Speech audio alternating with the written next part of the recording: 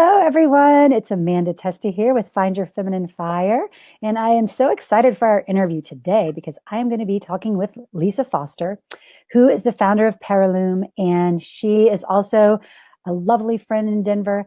And I'm really excited for today's conversation because we're going to be diving into shining without shame after sexual violation. And Lisa, she's been active in transformational ventures both here and abroad as an entrepreneur, a nonprofit founder, a public speaker, a facilitator, and program director. And her proudest accomplishment is her transformation from survivor to thriver after long-term childhood sexual abuse. And she's so committed to changing this natural conversation and shifting this conversation from one of shame and silence to one of heroism and fierce hope. And she, as the founder of Parillume, she provides this lit path for victims of sexual violation to thrive. I love this. So it's actually thriving and reclaiming the treasure of their true selves and shining in the world without shame. And Lisa, welcome. Thank you so much for being here today. Thank you. I'm so excited to be here. So I'd love if you would just, if there's anything else that you'd like to share, I'd love to kind of know what led you on your journey to this path. Great. Well, you just broke up a little bit, but hopefully we'll stay connected. Oh, sorry. Can you hear me now? I can hear you now. Perfect. So what led me to this, I appreciate you asking, is really what you said when you first read my bio. I was sexually abused by my father as a very young child, and at age 20, confronted him about that. And began, he denied it, still denies it to this day. And I was soon married after that and began my healing journey. And as I began working with a therapist in individual therapy and support groups, what I like to say is that miraculously, two fires burned in me, two gifts of grace. One was that I will be whole. I don't care how long it takes. I don't care what it takes. That man will not have the entirety of my life. And the second fire that burned in me at age 21 was that when I'm free enough, I'm bringing as many people as possible with me, that this darkness is going down. So that's, little did I know it would take a couple of decades and a divorce to actually allow me to step fully into that and create Parillume. Well, I think that's so beautiful, and just really the journey that you've been on is so inspirational. And I appreciate you sharing this because I feel like you said too, it's so important to have these conversations and let people know that it's okay to talk about this. And it's, and it's such a stigma in our society to talk about things or to bring up things that are hard. And, that is the first step in healing is talking about it. And so I appreciate you and all that you bring and just making it safe for people to talk about these things. So thank you. Absolutely. I recently read a Maya Angelou quote where she talked about the power of shifting our anger, like making sure it doesn't move into bitterness, and then translating it into action. And she was talking about, write and vote and march and all these types of things. And then she said, never stop talking about it. Just keep talking. And I think that is absolutely essential. And talking about it without shame. Yeah. And I think that's the key piece too, that you are so brilliant at is, helping people to do this without shame and getting to that other side of rather just being a survivor, but thriving again. And I love the journey that you take people on. And I would be, if you're open to it, I would love if you would share a little bit about kind of your hero's journey process. Are you open to that? Absolutely. I love talking about the hero's journey. So the hero's journey is from Joseph Campbell, and he created, decades ago, he found that there was a trajectory in every heroic tale. Now his includes like 16 different steps, and it's used in film and psychological development and all different religions and myths everywhere. It's the same sort of trajectory. For Parillume, we wanted to really make it simple. And so we just have 4 stages, because the 4 stages really become, to me, a life-giving trajectory of hope. Like, why do I want to talk about this? Why do I want to bring into the light the darkest, one of the darkest things, or maybe the darkest thing that ever happened to me? So our simplified 4 stages are stage 1, awakening. So that's awakening to the reality and or the impact of sexual violation. Usually it's the impact. And there is where we have certain offerings. We have the free Shine Soiree events that we celebrate the triumph of the human spirit in the aftermath of sexual violation. And so we talk about this issue. We have free videos, Parillume Productions that I interview people on their heroic journeys. And so that really becomes a space where the conversation gets shifted. So that's stage 1, awakening. What we're awakening to is the invitation to heal and to thrive. So that moves us into stage 2, transformation. And that's where we go from the known world and our coping mechanisms and into the unknown world of healing and transforming the darkness of what's happened to us into greater expression in the world and healing. And that's where we have the Transformation Tribe, of which you are a part, which is local networks beginning in Denver of healing practitioners with all different modalities. And so that's really a space where people can choose to heal, and they have lots of choices. Then after stage 1, awakening, stage 2, transformation, stage 3, reward, is really why Parillume was created. That with this idea that there's actually a reward for the hard work of healing that we do, and that is reclaiming the treasure of our true selves. And that's where I have the signature offering that I do personally with people, which is the Free to Shine program, 8 individual sessions. This is a coaching program. I'm a freedom facilitator, so it's all about getting things out of the way so we can be big on the inside, play big on the outside, and enjoy our lives, having tangible tools to do so. And then we move into stage 4, shining. So we've been in this underworld in stage 2 and stage 3, transformation and reward. Then we take who we are and come back into the known world, and we shine without shame and really live fully into who we were created to be. So that's where I have a membership called the Voice and Choice Club for graduates of Free to Shine. So yeah, that's really the 4 stages of the hero's journey.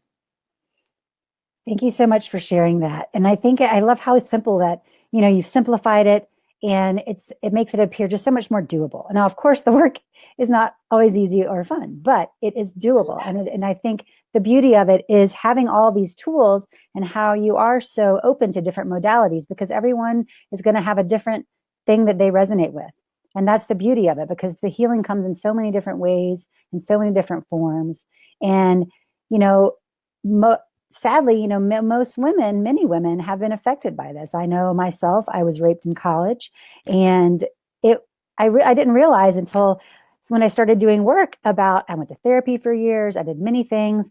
Kind of one of the things that led me into the work that I do is just still realizing how much there was still left to heal, and how you don't realize in what ways it shows up in your life. But then, you can start connecting the dots and find tools to heal. And I love how you say, really thriving and reclaiming your original self, reclaiming your birthright of who you are. And I know that we love, of course, I love to always talk around, the sex and sensuality part, and really feeling like you're able to bring that back. Mm-hmm. So I would love if you would speak a little bit to that, and what your thoughts are on being able to kind of reclaim that sensuality and your sexuality again. Yes, absolutely. Well, I do believe it takes a tribe to heal. And I do believe we go through many heroic journeys. And I would say without a doubt that at some point when we've experienced sexual violation, reclaiming our sexuality, our sensuality, our ability to experience pleasure becomes an invitation for us, which is why I'm so thrilled that you are a part of the Transformation Tribe. And I was just so excited to meet you and to hear your story. Not excited about the hard parts, but how they have been translated into your capacity to bring healing to others. So I absolutely think that the journey to be present in our bodies and not disassociated, to our longings, to our safety within ourselves, to our capacity to choose who and what we do with our bodies, is essential to reclaiming our place on the planet. And it is some of the scariest, hardest work we do, because it is the front lines of where our trauma occurred. Yeah. So having professionals and healers that can address that, that get that, that can create a safe space for us to, in my vernacular and the work that I do, playfully practice step by step by step, showing up in our sexuality is essential. Yeah. And I think what you mentioned is so true, is, having someone to help, because a lot of times you do just need to be guided so that you can stay present and that you can be safe and that you can find ways to resource and feel that safety within yourself. I love how you mentioned that, like, as one of the number one steps is trying to recreate that safety within yourself, that it is doable. Well, and I love that you said that it is doable. And that's part of, I think, the message that both of us carry, is just even being a witness to the fact that it's doable. I am in a healthy, sexual, fully expressed relationship. You are, you have been doing this work. You now give this work to others, for people to be able to see it's possible. Because one of the things I think that happens on our journeys is that we can get into a space where we've so boxed up this part of our lives that we begin to believe that we don't need that or want that, or it's not that important to us. And that's where I think the invitation exists for people, like, you actually could have more if you wanted it. Yeah. I love that. And being the example for others that it's possible. And I think, like you said, it is so true. So many of us, or I know for myself, for a while there, I just thought, my sexuality is for everyone else, like not me at all. Right. Mm-hmm. And so I think that was a big transition for me as well, realizing to, like, this is for me. And like you mentioned earlier, like, to choose whatever you want to do with your body, with yourself, and starting from that point. And I know it can be a journey. Oh, I think it's absolutely a journey. It's certainly been a journey for me. And I think coming from, I have and I still have a really strong faith that's deeply mine, but coming from the construct of Christianity and sort of this idea of, I had layers of shame to work through. Mm-hmm. The shame of what happened to me, and then coupled with the shame of, there's only one context for sexuality. There's only, and I used to have this idea that even in my marriage, when I was married for 21 years, and in that marriage, that God must look away when I have sex. Like, that was the, so the push pull of what was actually inside of me in terms of desire, and then the fear and the limiting beliefs of how that could be expressed, like, that took a lot to move through the layers of that. Yeah, the shame. Yeah, let's talk about that for a moment, because the shame can be so intense. And I would love I don't know if you have something that maybe, I know it's not always simple, but if there is one little tangible tool that you could share of what would be maybe some first steps to kind of start dealing with the shame, or even realizing how it may be affecting your life. Mm-hmm. I love that, because one of the things that I say in Parillume is that shame is the killer. Shame is the absolute enemy, because if we can, the thing is, it's kind of like what I just talked about, the layers of shame. If we can actually deal with release the shame, then what we're left with is, oh, wow, I have PTSD. Oh, wow, I get triggered when certain positions happen sexually. Oh, wow, and we can just go ahead and get the healing that we need without the meta conversation about ourselves, which is, what's your problem? You're crazy. Why do you, on and on and on. Yeah. So in answering your question about a tool for shame, in the second session of Free to Shine, I'm just going to give a quick, shout out, if you will, to that tool. It's called The Thing That Goes Bump in the Night, that session. And it is about addressing the core shame message that keeps us stoppable in life, so that we don't always see it.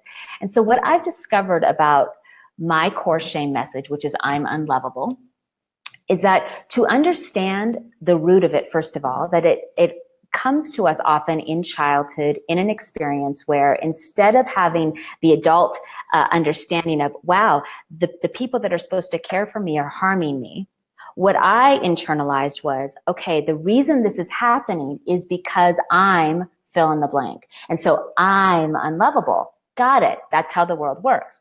So the tool that I give is an antidote to that. The tool that I create with clients is understanding that that's a child's message. And so being able to talk to that little girl inside me, whom I've named Lola, my little girl's named Lola, and find out, what does that little child need? And then as the adult, take care of that need. And so then I can show up big again and be in my body and be present. And so for me with Lola, I'll just put my hand over my heart. It's usually like a physical action, some kind of little mantra. And I just have been practicing. I'll just put my hand on my heart. No one even has to know about it. And just, I love you. I love you, Lola. I've got you. I've got your back.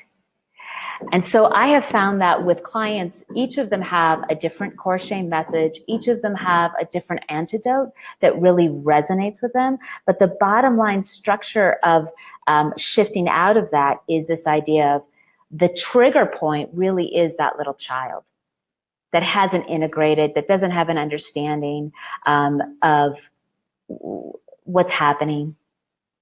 And then being able to comfort that child so that we can begin to move forward. So that's just one tool. I love that. Thank you for sharing. It's so powerful how the messages that we get coming along really do shape how we feel about ourselves. And I love that method of kind of working with the inner little girl inside or the inner child inside and really figuring out what they need and how you can give that to them. So like you mentioned, you can show up big again. So I love that. Thank you. Absolutely.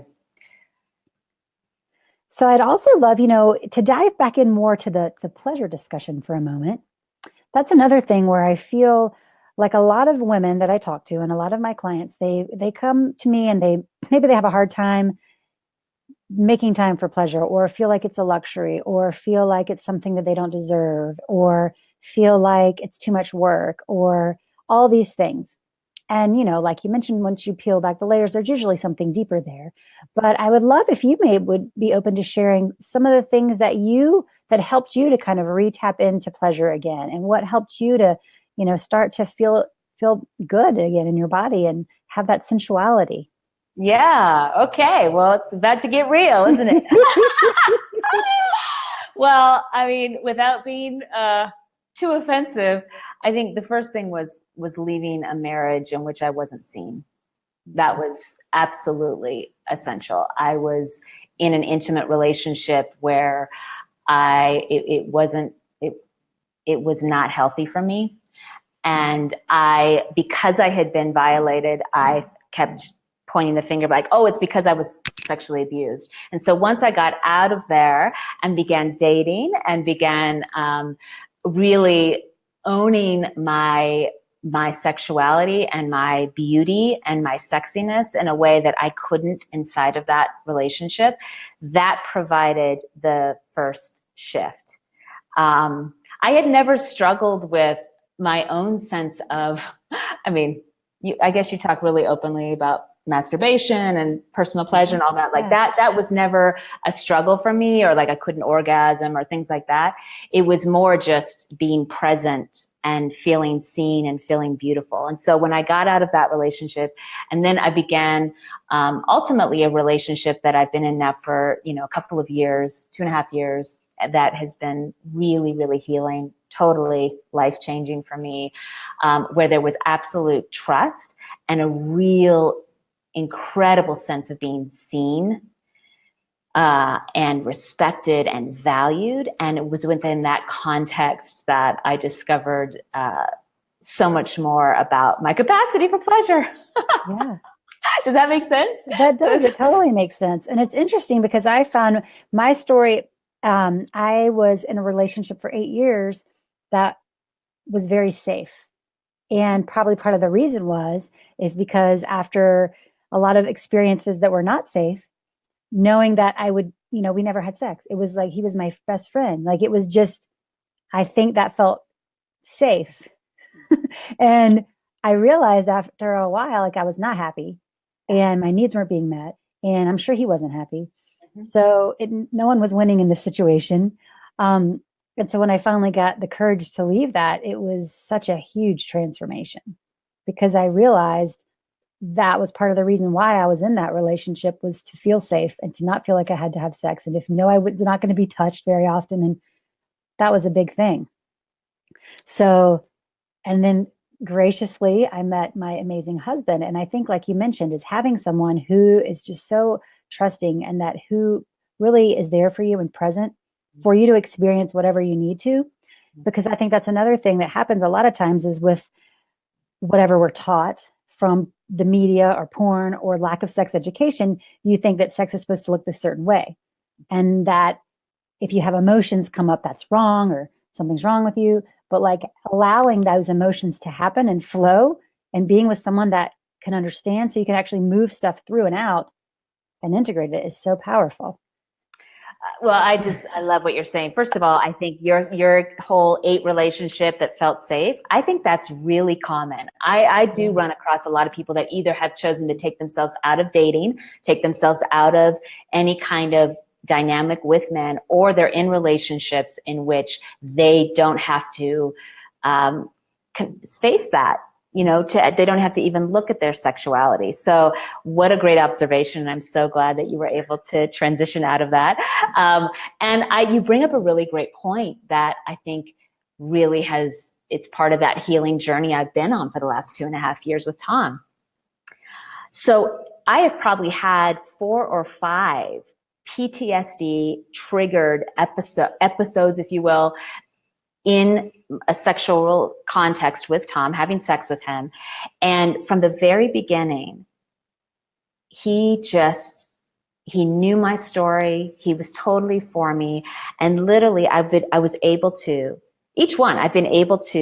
move through that moment because little girl's triggered. I'm bawling. I'm in his arms, being held through the experience, allowing the emotion to come forth, which is where the healing happens. And then within 5 minutes or so, the adult is back, the little girl's integrated, and areas that I thought I couldn't go in, that I thought were off limits because of my trauma, because I had a man holding me, providing a safe context, I then had access and freedom to be expressed in those ways. So that is, to me, one of the most beautiful gifts of a man or a partner that understands what we've walked through when we've experienced rape, child sexual abuse, any kind of assault that has been traumatic for us. We will be triggered during sex. Yeah. And there doesn't need to be shame around that, but there needs to be a compassionate witness to hold us through that or to do whatever we need done in that moment. So that's been part of the healing journey for me. That's beautiful. Thank you for sharing that. I think there's so much healing that we can do on our own. And then when you do get into partnership again, there's a whole nother layer that sometimes can happen, which does happen. And so, just having that understanding with your partner and feeling comfortable talking about it. And letting them support you and letting them know how to support you so that they know. And like when you need to stop and reconnect or have emotional outbursts or whatever it may be, like that's what's so beautiful, can be so beautiful about intimacy and sex is that it is such a container for healing if you allow that. So absolutely. I always say one of my lines is the greatest greenhouse for growth is a personal relationship. Yeah. Huge gift. Beautiful. Or a huge pain. Or somewhere in between, so the whole gamut. Yes. And I also wanted to point out too, for all the listeners, is that you mentioned your Shine soirees earlier. And there is one coming up this Thursday, which is awesome. But I would love if you, I know you mentioned a little bit about the soirees, but could kind of talk a little bit more about, kind of what happens there and why I know that you a lot of times stream them too. So no matter where you are, you can tune in and really get the benefit. But would you speak a little bit more to those, because they're such powerful events? I will. Thank you. Yes, we have free monthly events in Denver, the last Thursday of the month, and they are absolutely designed to turn the topic of sexual violation on its head. They are nights of beauty and champagne and dessert, and we are there to celebrate the triumph of the human spirit and the aftermath of sexual violation and the hero in us all. And so they're designed as an interview show, the first part of which is live streamed. They've been live streamed since last May is when we first started live streaming them. So that's been really exciting to be able to have that as a resource. We have a different spotlight every single month, and it's related to a stage of the hero's journey. And so we're starting out, like you said, this month. It's this Thursday, and we're spotlighting what I call two sides of the halo. And so we're talking about how we can overcome the halo effect in our lives and shift from fear to love in a Me Too world. And so being able to look at that issue from a few different angles and really have a tool to be able to stand in empowered love. So that's just one example. Interviewing people that are lead nonprofits, different advocates, authors, and then I also interview graduates of the Free to Shine program about their heroic journey. So again, this is non-therapeutic. It's for ages 15 and up, and it's about talking about this in a way that doesn't trigger people, but that inspires them that it's possible to heal. And then we bring tribe members to facilitate a Q&A with the community. We turn off the cameras. That's just for our intimate community in Denver, and we have an honest dialogue about the topic and hear from tribe members and other healers. So yeah, those events are really important to me. They've been a vision in my heart because two reasons. First of all, I want a resource that is free for people, that they can literally, if all they did was watch those soirees by live stream or attend those events, that they could begin their healing journey. If they can't afford therapy, if they're not ready for therapy or any other modality, they can have that as a resource. So really love those events, love that, as we've talked about, that's really a place for the tribe to show up and interact with the community and be a presence of healing there too. So. Beautiful. And I'll make sure to post the information for this Thursday and also all Lisa's information so you could find it.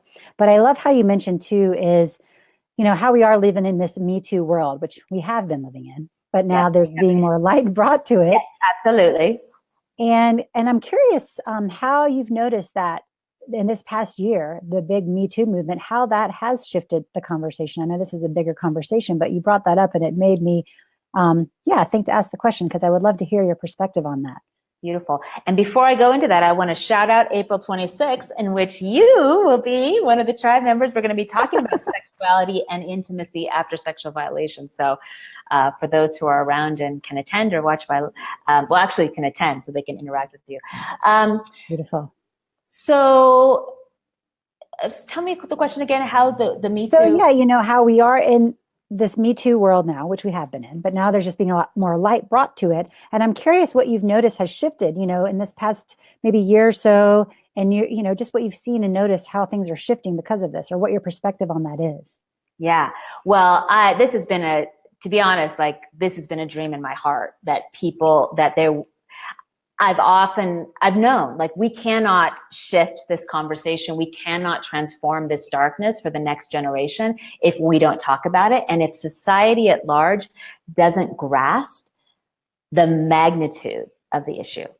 So amazing. I had no idea it would happen this soon. It's very late. But for me, with being involved in Parillume, just to see the courage and the bravery has been really, really profound. And it's also brought up just a reestablishment of my calling on the planet, which is that to write on a post that we have been sexually violated is a courageous and beautiful act. And I don't believe it's enough to reclaim the treasure of our true selves. And so the fact that it's now more open and part of it's an everyday part of our conversation, to me just is so such an invitation for healing and prevention, and for all of us who are in the conversation to really rise up and be a resource for people. And can I just I want to just have one little story about yes, please do. Which I just think is, and I actually shared this at our event a few weeks ago that you were at. But there was a person that attended the soiree last year, and we met afterwards, and she had really no idea that it was about sexual violation. She had a history of violation that she hadn't talked about, and she shared with me, and I might have been the first or second person she'd ever talked to about this, but was very much like, I don't want to touch that. I will not be back to soirees. Great what you're doing, but keep it away from me. Take me off your mailing list. I'm good. Then Me Too happened. And I noticed not week 1 did I see a post, but not week 2, maybe week 3, there was a post of this woman sharing her story. And I was so amazed by it. And then I run into her again at the soiree. And because of Me Too, because of a context of I am not alone, she felt safe to come back. She's, put me back on your mailing list. She just was talking to someone about the soirees. I got an email this week. I mean, just such courage. And it was because Me Too. Mm-hmm. I love the beauty of the opportunity for healing that it is, because there is so much beauty in that. There is, and there's so much fire in knowing this is making a difference. Men are losing their jobs. There are consequences happening, and we're never going back. Yeah. And it is and I love the opportunity for healing, and also the opportunity for education.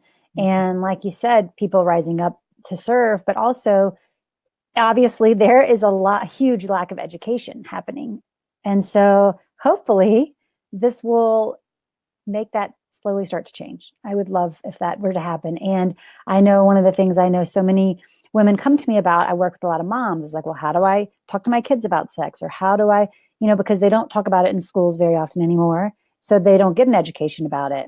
And I feel like in some schools they're bringing that back, but I would love if it was just like a normal curriculum, starting at age 14, that they can learn consent and pleasure and actually all the positive attributes, and not just a fear-based type of education. But that's my dream. Well, and I 100% agree. And I think you and I have talked about this, and I know I've read an article about this. The power of teaching, especially young women, but I think all genders, how to define their own sense of pleasure and what they want.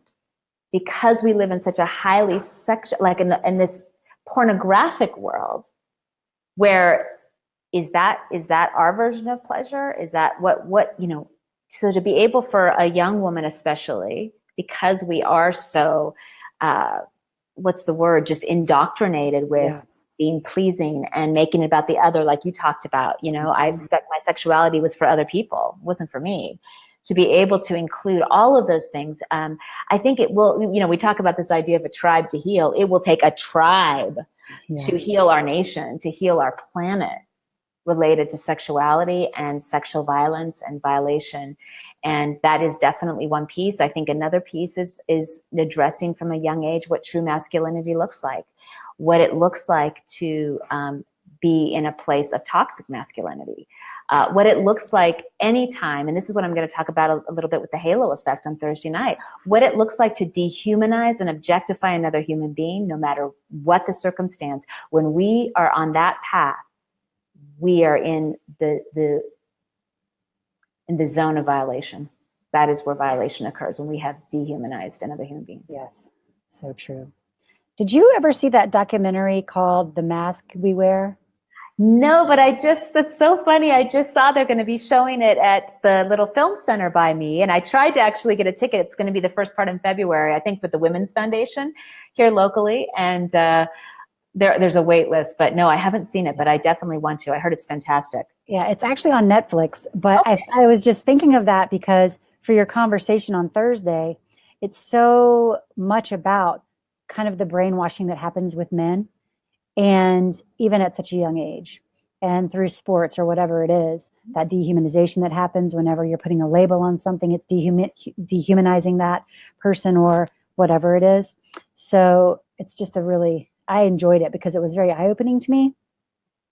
And my husband watched it with me, which was really cool because I think he too, I mean, a lot of men don't realize what they've been taught. So it's just eye-opening from their perspective too, is wow, well, that makes sense. Maybe then why I would maybe feel that way, or why I would view a woman this way, or why I would maybe not understand a no or whatever, right? Well, So, well, first of all, thank you for letting me know that it's on Netflix.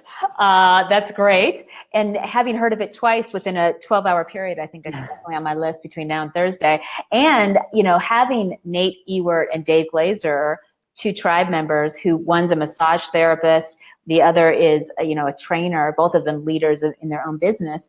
But having them facilitate a conversation about men and Me Too and masculinity and all of that, I think it is so important because, what you're talking about, the indoctrination they experience. So like we have our own indoctrination as women of being passive, and this is, all of this kind of, but they have this indoctrination of having to be these alpha males that impose their will on others. And that's what it looks like to be a man. yeah, And it harms them too. it's so true. It's harming all of us. It's obvious. It's clearly not working. And and that was one of the things they talk about, which I found so fascinating, is like, what is the only acceptable emotion for a man? Anger. Yep. And violence. That's okay. Being seen as emotional or vulnerable, not okay. So, yeah, I love it. And I think it's so amazing that you're, having the Nate and Dave lead this conversation, because I feel like it's important for the men to have a say too, and to have their stories heard, and to have, I feel like it's a beautiful conversation for everyone to be involved in. Well, absolutely. I completely agree. And I think that is part of what gets lost, is that all genders have experienced sexual violation. Yes. All genders have experienced, victimization at the hands of perpetrators.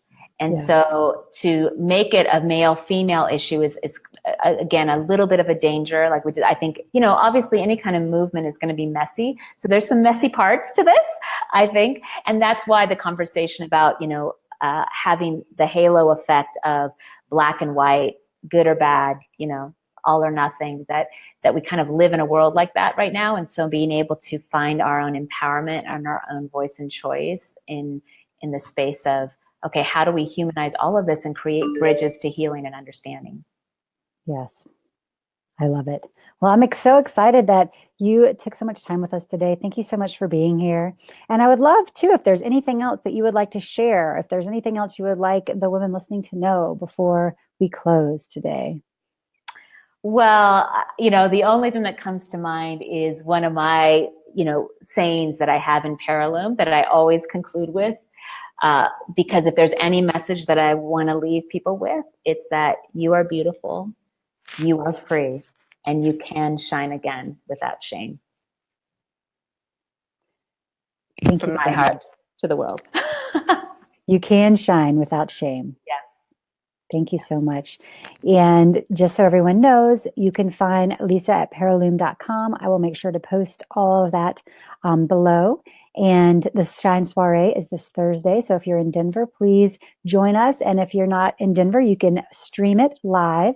So thank you so much again, Lisa. I so appreciate you being here today. Thank you. I have thoroughly enjoyed talking with you. And thanks everyone for watching. We will see you next week.